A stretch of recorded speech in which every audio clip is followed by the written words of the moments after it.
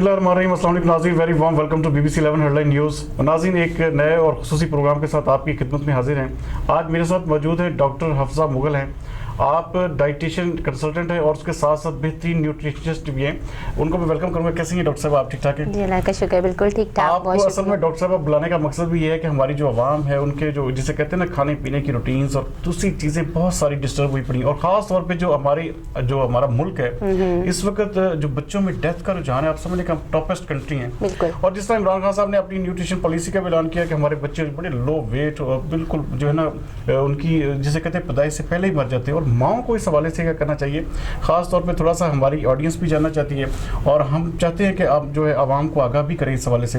तो थोड़ा सा इस हवाले से बताइएगा कि क्या किस तरह से जो है आप इसको जज करती हैं, किस तरह देखती हैं माओं को और बच्चों को, इस हवाले से क्या करना चाहिए? हाँ, क्योंकि हमारे यहाँ जो न्यूट्रिशनल डेफिशिएंसी है वो बहुत ज़्यादा है। मदर अपनी डाइट का बिल्कुल ख्याल नहीं रखती। सबसे ज़्यादा कि नेचुरल फूड की तरफ जो है वो हमारा रुझान नहीं है। खाने की तरफ अगर बात करते हैं तो लोग अगर फास्ट फूड की तरफ चले जाते हैं, प्रोसेस फूड का यूज़ जो है वो बहुत ज़्यादा है, तो नेचुरल फूड की तरफ रुझान नहीं। और दूसरा ये कि सप्लीमेंटेशन नहीं करते, जैसे कि विटामिन्स हैं, ड्यूरिंग प्रेगनेंसी आपको फॉलिक एसिड लेना चाहिए, आयरन लेना चाहिए, कैल्शियम लेना चाहिए। मदर्स ये चीज़ें नहीं लेती। और विटामिन ए लास्ट ट्राइमेस्टर में बहुत ज़्यादा ज़रूरी है। अगर वो माँ नहीं ले रही तो बच्चे पे इफेक्ट होता है और बच्चे के वेट पे इफेक्ट होता है। इस वजह से ये सारी प्रॉब्लम्स जो हैं वो बहुत ज़्यादा आ रही हैं। और हमारे यहाँ जैसे आपने अभी बात की कि बच्चे जो हैं वो 1 साल के अंदर बहुत ज्यादा डेथ हो रही है। हाँ, पाकिस्तान इस वक्त टॉप कंट्रीज में शामिल है कि इसमें जिसमें कहते हैं बच्चे वक्त से पहले ही उनकी डेथ हो जाती है। बिल्कुल, क्योंकि बच्चे जो हैं वो अपनी न्यूट्रिशन माँ की तरफ से पूरी नहीं ना लेके आ रहे होते। जब मदर की तरफ से उनको न्यूट्रिशन नहीं मिल रही, उसके बाद जब बच्चे पैदा हुए हैं, जैसे बच्चा 4 मंथ का हुआ है, तब वो बच्चे की डाइट का तब से ख्याल रखना शुरू कर देना चाहिए। जैसे उसको सेमी सॉलिड इंट्रोड्यूस करवाने हैं, फिर सॉलिड इंट्रोड्यूस करवाने हैं, साथ साथ बच्चे की थोड़ी सी सप्लीमेंटेशन, थोड़ा सा अगर वो विटामिन डेफिशिएंट है तो उसको थोड़े बहुत विटामिन भी हैं जो वो साथ साथ देते रहना चाहिए। अच्छा, जिस तरह हमारी हाई क्लास फैमिलीज हैं, बहुत सारी ऐसी हैं जिनको बच्चों के हवाले से ज़्यादा केयर नहीं करते, खाने पीने के मामलात में और दूसरी चीज़ों में भी। और आप ये भी अक्सर देखा जाता है कि बच्चे बाय बर्थ जो है ना वो हार्ट पेशेंट पैदा होते हैं, और हमारे मुल्क में ये रुझान आए रोज बढ़ता जा रहा है। तो क्या समझती हैं आपकी जो एक मिसाल इलीट क्लास है, जिस तरह उन्होंने अपने बच्चों को जिसे कहते हैं कि दूसरों अपने मुलाजमीन के रहमो करम पे छोड़ा होता है, सबसे पहले हम उनको ही डिस्कस करेंगे, उसके बाद हम अपनी जो एक आम पब्लिक है उसकी तरफ आएंगे। तो क्या समझती हैं कि ऐसी फैमिलीज़ को या ऐसे लोगों को या ऐसे ख़ानदानों को क्या करना चाहिए कि बच्चों के हवाले, अब देखो वो ये भी नहीं, उनको पता होता है कि हमारे पास भी पैसा बहुत है, हम इस चीज़ को कंट्रोल कर लेंगे, अगर कोई बीमारी होगी तो वो बच्चे की ज़िंदगियों से भी खेलते हैं। तो क्या कहेंगे इस वाले से? सबसे पहली चीज़ तो बच्चे जो हैं वो जो प्री टर्म पैदा होते हैं, वक्त से पहले जो बच्चे पैदा हो जाते हैं, उनमें इम्यूनिटी थोड़ी सी कम होती है और उनमें ज़्यादा चांसेस होते हैं लेटर लाइफ में जो हार्ट अटैक के हैं। और जहाँ तक आप ये बात कर रहे हैं कि मुलाजिम रखे हुए होते हैं लोगों ने, और ये सबसे ज़्यादा इंपॉर्टेंट चीज़ है, क्योंकि जिस तरह से माँ बच्चे को खिला सकती है कोई नहीं खिला सकता।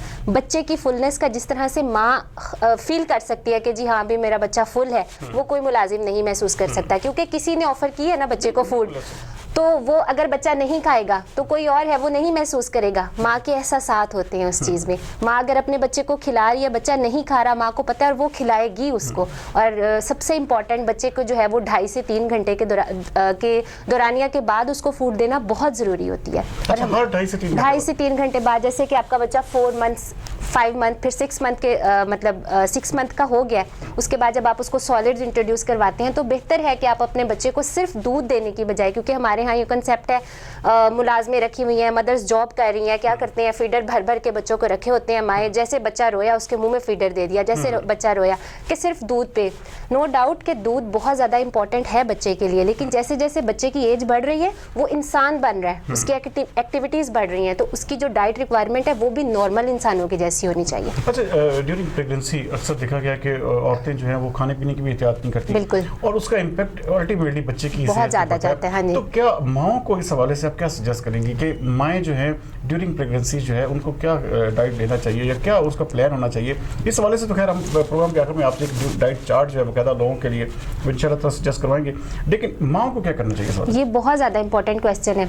माँ को सबसे पहले तो अपना आयरन लेवल पूरा रखना है, अपनी HB पूरी रखनी है, ठीक है। उसके लिए उसको अपनी प्रोटीन वाली डाइट, जैसे कि गोश्त है, दूध है, दालें हैं, चने हैं, इनका इस्तेमाल ज़्यादा करना है। माँ को अपना जो है वो एनर्जी लेवल पूरा रखना है, ठीक है, जैसे कि कार्बोहाइड्रेट है, रोटी है, फ्रूट्स हैं, वेजिटेबल्स हैं, ये चीज़ें टाइम से ले। हमारे यहाँ क्या होता है, ये कॉन्सेप्ट बना हुआ है कि भाई प्रेगनेंसी हो गई है खिलाओ, वेट गेन करना है, वजन बढ़ाना है, वो हाँ, बच्चे को कहते हैं जी बिल्कुल मोटा ताजा होना चाहिए। एक अजीब सा कंसेप्ट हमारे मुल्क में फैल रहा है। बिल्कुल, कभी भी अपने वेट की तरफ फोकस ना करें, हमेशा न्यूट्रिशन की तरफ फोकस करें कि आपकी जो है वो न्यूट्रिशन पूरी होनी चाहिए, ना कि आपका वेट जो है वो बहुत ज्यादा होना चाहिए। अच्छा, बच्चे जब देखिए अक्सर आपने देखा, वही हम जैसे बात कर रहे थे कि हाई जो 5 फैमिलीज होती हैं उसमें बच्चों का वेट बहुत ज्यादा होता है। हाँ जी। अब मोटापे की तरफ जो है लोगों को रागिब किया जाता है कि जी बच्चा हमारा बड़ा मोटा ताजा हाँ जी। ये, लेकिन इसकी तो बेसिकली आप एज ए डाइटिशियन कंसल्टेंट आप क्या समझती हैं कि ये जो जिस तरह का ये रुझान हमारे मुल्क में फास्ट फूड का चल पड़ा है, या इस तरह की जो खाने पीने की बिल्कुल बेहतियाती औरतें करती हैं, और उन दिनों में जिसे कहते हैं ये भी होता है कि एक प्रेग्नेंट वुमेन है तो उसकी हर ख्वाहिश को पूरा किया जाता है। बिल्कुल। तो ये चीजें जो है इनके सदैव आपके लिए क्या करना चाहिए? कभी भी बच्चे को जो है ना क्राइटेरिया मोटा होना सेहतमंद नहीं होता। सबसे बड़ा क्राइटेरिया बच्चे का ये कि वो अपनी वक्त से जो है अपनी एक्टिविटीज पूरी कर रहा है। जैसे 6 महीने में आपका बच्चा बैठने लग गया, ठीक है, उसके बाद 8 मंथ में वो क्रॉल करने लग गया प्रॉपर, फिर 10 मंथ में वो खड़ा होने लग गया, 1 साल से पहले 1 साल के मतलब टेन्योर में 11 माह 13 माह आपका बच्चा चलने लग गया। इसका मतलब उसकी पूरी न्यूट्रिशन पूरी है। या कि आपका बच्चा बहुत मोटा है, देखने में बहुत ज्यादा चबी नजर आता है, वो 8 महीने का अगर वो बैठ ही नहीं रहा, वो साल से ऊपर हो गया, वो खड़ा ही नहीं हो रहा, ये बिल्कुल भी क्राइटेरिया नहीं है।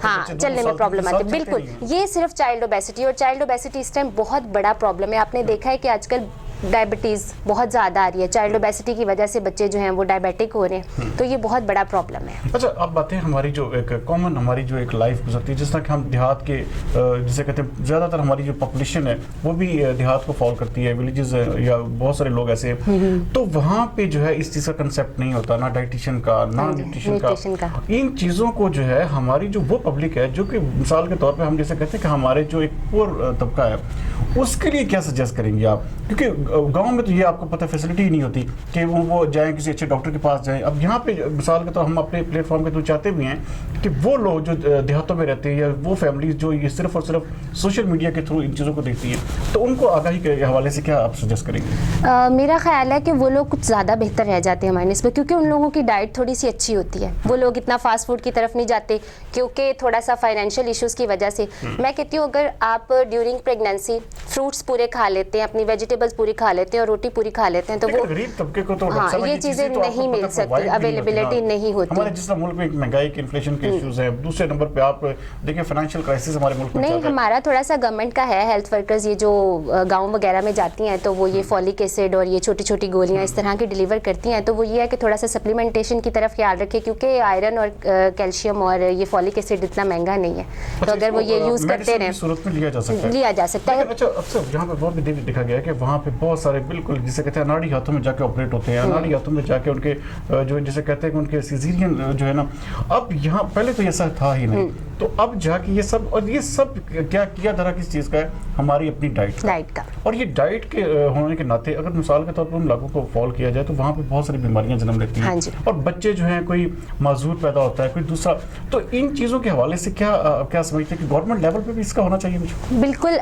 मैं आपकी ये बात मुझे बहुत ज़्यादा अच्छी लगी कि ना हमारे अपने हाथ में बच्चे की फेट हम खुद डिसाइड करते हैं। हमारे अपने हाथ में ये होता है कि हमारा जो बच्चा पैदा हुआ उसका ब्रेन पूरा होगा या नहीं होगा, ठीक है ना। ये ही न्यूट्रिशनल डेफिशिएंसीज की वजह से प्रॉब्लम आ रहे हैं। अगर माँ जो है वो आयरन नहीं ले रही, वो कैल्शियम नहीं ले रही, और अब बल्कि गवर्नमेंट ने एक प्रोग्राम लॉन्च किया है, उसमें विटामिन ए बच्चों को वो जो पोलियो के कतरों के साथ है वो देना शुरू किया है। उसका असल में मकसद ये है क्योंकि 1 साल के अंदर जो विटामिन ए है वो बच्चा अपनी माँ से जो लेके आया होता है वो उसका बॉडी में यूज होता रहता है 1 ईयर तक। हाँ, नाज़रीन कहीं मत जाइएगा, डॉक्टर साहब से हम ब्रेक के बाद डिस्कस करेंगे जो जनरल पब्लिक के मसाइल है, जनरल पब्लिक को जो डाइट के हवाले से या न्यूट्रिशन के हवाले से जो भी मसाइल है हम बड़ी तफसील से डिस्कस करेंगे। मिलते हैं एक छोटे से ब्रेक के बाद।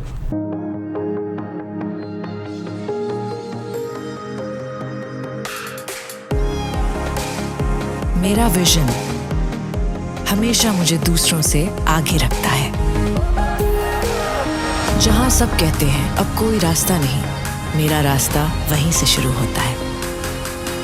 आवाजें वही हैं जो सबको सुनाई देती हैं, लेकिन मेरी धुन अलग है क्योंकि मुझे बनाता है limitless Honor 8X, so that I can see beyond limits, do beyond limits, and capture beyond limits. Honor 8X, live beyond limits. Welcome back नाज़रीन, जैसे कि ब्रेक पर जाने से पहले डॉक्टर साहब बता रही थी कि डाइट जो है वो कितनी ज़रूरी है और किस हद तक जो है इसकी ज़िंदगियों पे असरात हैं। अच्छा डॉक्टर साहब, आम पब्लिक हमारा जो मिसाल का तो कॉमन मैन है, दिन रात के मसाइल में जिसे कहते हैं कि बड़ी मुश्किल से, जिसे कहते हैं कि सुबह का खाया फिर रात को खाया और फिर वही जिसे कहते हैं कि ऐसी अल्जाइमर और इस तरह की बीमारियां जिसे कहते हैं कि आम पब्लिक को या आम बंदों को तो बेचारों को नाम भी नहीं पता होते, तो उन चीज़ों में वो जो है उनकी फॉलिंग हो जाती है। और क्या होता है कि फिर अल्टीमेटली हमारी जो हार्ट अटैक की रेशियो हमारे मुल्क में बढ़ती जा रही है, कैंसर जैसी डिजीज़ जो है बढ़ती जा रही है। तो क्या कहेंगे कि जो आम जो पब्लिक है, जो आम कॉमन मैन है, उसको अपनी डाइट के हवाले से और न्यूट्रिशन एज ए आप क्या सजेस्ट करेंगे? अच्छा, डाइट के हवाले से जो खाना पीना है उसको आपने थोड़ा सा ऐसे मैनेज करना है कि पोर्शंस में खाना है, बार बार खाना है और थोड़ा थोड़ा करके खाना है। और जिसे कैलोरीज कहते हैं, ताकत जो हमें खुराक से मिलती है, उसका आपने थोड़ा सा ये ख्याल रखना है कि आपने मॉर्निंग से लेके इवनिंग तक ज़्यादा से कम की तरफ लेके जाना है। जैसे कि वो हमारे इस्लाम में भी है कि जो आपने नाश्ता किया है, ब्रेकफास्ट कहते हैं ब्रेकफास्ट लाइक अ किंग, के एक बादशाह की तरह नाश्ता करें। नाश्ते में आप ज़्यादा से ज़्यादा कैलोरीज लेने की कोशिश करें। जैसे कि हम डिस्कस कर रहे थे पहले भी कि पराठा खाना चाहिए क्योंकि नाश्ते में आपकी रिक्वायरमेंट है, लेकिन ये कि आपकी थोड़ी सी एक्टिविटी भी उसके साथ ज़्यादा हो। फिर ये कि थोड़ा सा आप इस तरह से अपनी डाइट को मैनेज करें कि अगर आप किसी भी ऑफिस में हैं या कहीं अपने काम पे हैं, 2-3 घंटे बाद आप एक छोटा सा पोर्शन, जैसे नट्स हैं, सस्ती सी चीज़ है, बादाम है, उससे भी सस्ते काले चने जो भुने हुए हमारे नॉर्मल मिल जाते हैं, कि छोटा सा snack, dry snack, healthy snack की तरफ जाए। अच्छा, कितने घंटों के बाद एक आम आदमी जो है उसको कितने घंटे के बाद जो है वो हर सूरत में कुछ ना कुछ ले लेना चाहिए? मेरा ख्याल है कि न्यूट्रिशन पॉइंट ऑफ व्यू से 2.5 से 3 घंटे बाद एक आपने मेजर मील लिया, जैसे आपने ब्रेकफास्ट किया, उसके 2.5 से 3 घंटे बाद आप एक छोटा सा स्नैक ले लें, जैसे मैंने अभी बात की, थोड़े से नट्स ही खा लें, ठीक है। उसके बाद फिर प्रॉपर आपको लंच, ठीक है। हमारे यहाँ ये बहुत बड़ा फॉल्ट है जो ओबेसिटी की रीज़न है कि नाश्ता किया, उसके बाद सारा दिन भूखे रहे, रात को इतना ज़्यादा खाना खाया, चाय और कोल्ड ड्रिंक्स, हाँ जी चलता रहा, हाँ जी, और रात को जो है वो ढेर सारा खाना खाया और सो गए। उसकी वजह से क्या हुआ, वेट गेन होना शुरू हो गया, आपका वेट बढ़ना शुरू हो गया। तो ये बहुत बड़ा प्रॉब्लम है, ठीक है ना। आपने कैलोरीज मॉर्निंग में मैक्सिमम करनी है, दोपहर को भी अगर आप मील ले रहे हैं प्रॉपर लें, खाना खाएं, ठीक है ना। ये ना करें कि आप सुबह को खाया, सारा दिन भूखे रहे और रात को खाया। आप जैसे सारा दिन एक मिसाल के तौर पे हॉस्पिटल में, अपने क्लिनिक पे बहुत सारा काम होता है, हम जैसे जो प्रोफेशनल्स है ऑफिस में सारा दिन, अच्छा चाय का एक मिसाल के तौर पे बहुत ज्यादा हमारे यूज होती है, तो उसके साथ क्या सजेस्ट करेंगे कि चाय के साथ कुछ ना कुछ लेना चाहिए? बिल्कुल लेना चाहिए। जैसे हम बात करें कि थोड़ा सा आप हेल्दी की तरफ चले जाए ना, नट्स लेना शुरू कर दें, फ्रूट्स लेना शुरू कर दें, या कोई हेल्दी सा सैंडविच बना के लेना शुरू कर दें, तो थोड़ा सा। बाकी ये कि अपनी आदत को रिप्लेस करें, अगर आप बहुत ज़्यादा चाय पी रहे हैं तो ग्रीन टी के साथ रिप्लेस कर लें, अच्छा। ठीक है ना। अगर आप चाय पी रहे हैं तो थोड़ा सा ब्लैक कॉफ़ी की तरफ चले जाएं। थोड़ा सा स्टार्टिंग में आपको मुश्किल लगता है कि आपके लिए थोड़ा सा प्रॉब्लमेटिक है कि एकदम से आपने इतनी ज़्यादा चाय पी रहे हैं उसको छोड़ना है, लेकिन आहिस्ता आहिस्ता अगर आप इस आदत को रिप्लेस करते हैं तो फिर खुद ही आप हेल्दी लाइफस्टाइल की तरफ जाने लग जाते हैं। अच्छा, ये जो आए रोज जिसे कहते हैं, आप देखिए हमारी डिजीजेज जो है वो ज़्यादातर हम फॉल कर रहे हैं हार्ट अटैक की तरफ। अच्छा, हार्ट अटैक जो मेन जो कॉमन मेरी सोच के मुताबिक क्या इसकी वजह यही हो सकती है मेरे ख्याल में? डाइट, ओबेसिटी, हाँ जी, ओबेसिटी, डाइट और कोलेस्ट्रॉल बढ़ जाना, फैटी फूड्स खाना, फास्ट फूड खाना, और ये सारी चीज़ें जो है जो आपका कोलेस्ट्रॉल लेवल बढ़ाती हैं। फ्रूट्स हमारे यहाँ हम खाते ही नहीं हैं, कितना। डॉक्टर साहब, ये भी तो है ना, हमारा कंट्री जो है इस वक्त आपको पता है कि बिल्कुल जिसे कहते हैं कि इन्फ्लेशन का शिकार है, और बिल्कुल जो फाइनेंशियल क्राइसिस है इस वक्त, हमारे महंगाई ने आम आदमी की कमर तोड़ी हुई है, तो उनके लिए जो जिसे कहते हैं कि 2 वक्त का खाना बहुत मुश्किल हो गया है। अब ये डाइटिशियन की तरफ आए या इसकी तरफ जो न्यूट्रिशन की तरफ, तो ये बहुत सारा डिफिकल्ट नहीं होता? देखिए ना, सीजनल फ्रूट सस्ते होते हैं, जैसे आजकल ऑरेंज का सीजन है, मेरा ख्याल बहुत सस्ते हैं। उसके अलावा वेजिटेबल, सीजनल वेजिटेबल, जैसे हम सलाद की बात करें, खीरा, गाजर, मूली, ये चीज़ें बहुत सस्ती हैं। अगर आप अपनी डाइट में ये इंक्लूड कर दें तो कोलेस्ट्रॉल लेवल बिल्कुल नहीं बढ़ता, नहीं बढ़ता है ना। वेरी गुड डॉक्टर साहब। अच्छा, थोड़ा सा मैं ये थोड़ा सा प्रोग्राम को सम अप करते हैं, मैं चाहूँगा कि आप एक थोड़ा सा चार्ट हमें बताएं कि जिससे एक आम कॉमन पर्सन है उसको जिससे उसे उसका फायदा भी हो, और हम ये चाहेंगे कि आपके साथ एक हम आफ्टर 15 डेज या पर मंथ जो है एक ऐसी नशिस्त जरूर रखें जिसमें हमारी जो ऑडियंस है तो हमें बताए कि क्या चीज़ डॉक्टर साहब से पूछे। हम इंशाल्लाह आपके साथ इसका एक पूरी सीरीज ऑफ प्रोग्राम करेंगे, लेकिन थोड़ा सा ये बताइएगा कि इसको चार्ट जो है हम किस तरह से तरतीब दें जिसमें हमारा एनर्जी लेवल भी पूरा हो, हमारा जिसे कहते हैं कि विटामिन लेवल जो जिसे हम समझते हैं वो भी पूरा हो, प्लस जो है हमारा वेट भी गेन ना हो, इस वाले से। अच्छा, जैसे मैंने पहले डिस्कस किया कि आपने जो ब्रेकफास्ट है वो अच्छा सा करना है, आपने हेल्दी ब्रेकफास्ट लेना है, उसमें आपने ज़्यादा सारी कैलोरीज, पराठा भी खा सकते हैं, रोटी भी खा सकते हैं, देसी घी वाली रोटी भी खा सकते हैं, आप दलिया भी ले सकते हैं, आप ब्राउन ब्रेड या वाइट ब्रेड जो भी आप खाना चाहें आप खा सकते हैं, ठीक है। एग खाएं, योगर्ट खाएं, ठीक है। अगर आप चाय पीना चाहते हैं उसकी थोड़ी सी आप आदत रिप्लेस करके उसको दूध की तरफ आए, अगर दूध नहीं तो दूध पत्ती पीना शुरू कर दें, ठीक है। उसके फिर 2.5 से 3 घंटे बाद अगर आप अपने ऑफिस में, आप कोशिश करें कि आप अपने जो स्नैक्स हैं हेल्दी रखें, और कुछ नहीं, अपने पास ब्लैक चने ही रख लें, अपने पास ड्राई आलमंड्स ही रख लें, थोड़े से नट्स ले लिए, ठीक है। अगर आप बहुत ज़्यादा चाय पीते हैं आप कोशिश करें कि उसको आप ग्रीन टी से रिप्लेस कर लें, ठीक है। उसके बाद दोपहर का खाना जो नॉर्मल हमारी सोसाइटी में बनता है, रोटी सालन, ठीक है, अगर उसमें थोड़ा सा सैलड इंक्लूड कर लें, जैसे कि खीरे, कुकम्बर इतना कोई महंगा नहीं है, बंद गोभी, ये थोड़ी सी सीजनल सब्जियां, इसको इंक्लूड कर लें। फिर आपका एक इवनिंग का स्नैक है, उसको थोड़ा सा हेल्दी करें। अगर 4-5 बजे आप घर जा रहे हैं, कोशिश करें कोई भी सीजनल फ्रूट अगर आप ले सके तो वो बहुत अच्छा है आपके लिए वो टाइम पे। और फिर रात को है कि कोई हल्का फुल्का खाना खाएं, जैसे हम प्रोटीन सजेस्ट करते हैं। अगर कोई अफोर्डिंग नहीं है, चलें उसने खाना खाना है इसलिए आप चूंकि 5 साल से प्रोग्राम के आखिर में 5 साल से आप इस चीज को as a doctor, as a specialist journal कर रही हैं, न्यूट्रिशन को और डाइटिशियन को, तो क्या कौन से ऐसे जो पेशेंट्स हैं आप समझती हैं कि ऐसे लोगों को जो है जैसे कि ज़्यादा ज़रूरत है डाइट की और ये न्यूट्रिशन की, तो इन 5 सालों का एक्सपीरियंस जो है जिसे कहते हैं थोड़े से अल्फाज में एक्सप्लेन कीजिएगा। फॉर एग्जांपल 5 साल का जिस तरह के आपने अरसा गुजारा एज ए डॉक्टर प्रोफेशनल, नहीं, अब बहुत ज़्यादा अवेयरनेस है न्यूट्रिशन की हमारे पास, ज़्यादा से ज़्यादा मतलब गाँव के लोग आते हैं, जैसे यही इन चैनल्स की वजह से, कुछ FM के चैनल्स की वजह से लोगों को अब न्यूट्रिशन का बहुत अच्छा कॉन्सेप्ट आ गया। तो मोस्ट ऑफ द टाइम हमारे पास जो है वो ओबेसिटी के ही पेशेंट्स आते हैं। ज़्यादातर फीमेल ओबेसिटी जो है वो बहुत ज़्यादा है, फीमेल का ओवरवेट, और उसकी वजह से जो हार्मोन लेवल डिस्टर्ब होना, ये जो सारे मसाइल फीमेल में आ रहे हैं ना, वो ज़्यादा वेट की वजह से ही आ रहे हैं, वेट की वजह से ही आ रहे हैं। बच्चों में जो बात का जो ये भी इसी वजह से ही है, इसी वजह से ही है, वो थोड़ा सा खाने की वजह से, वो जैसे कि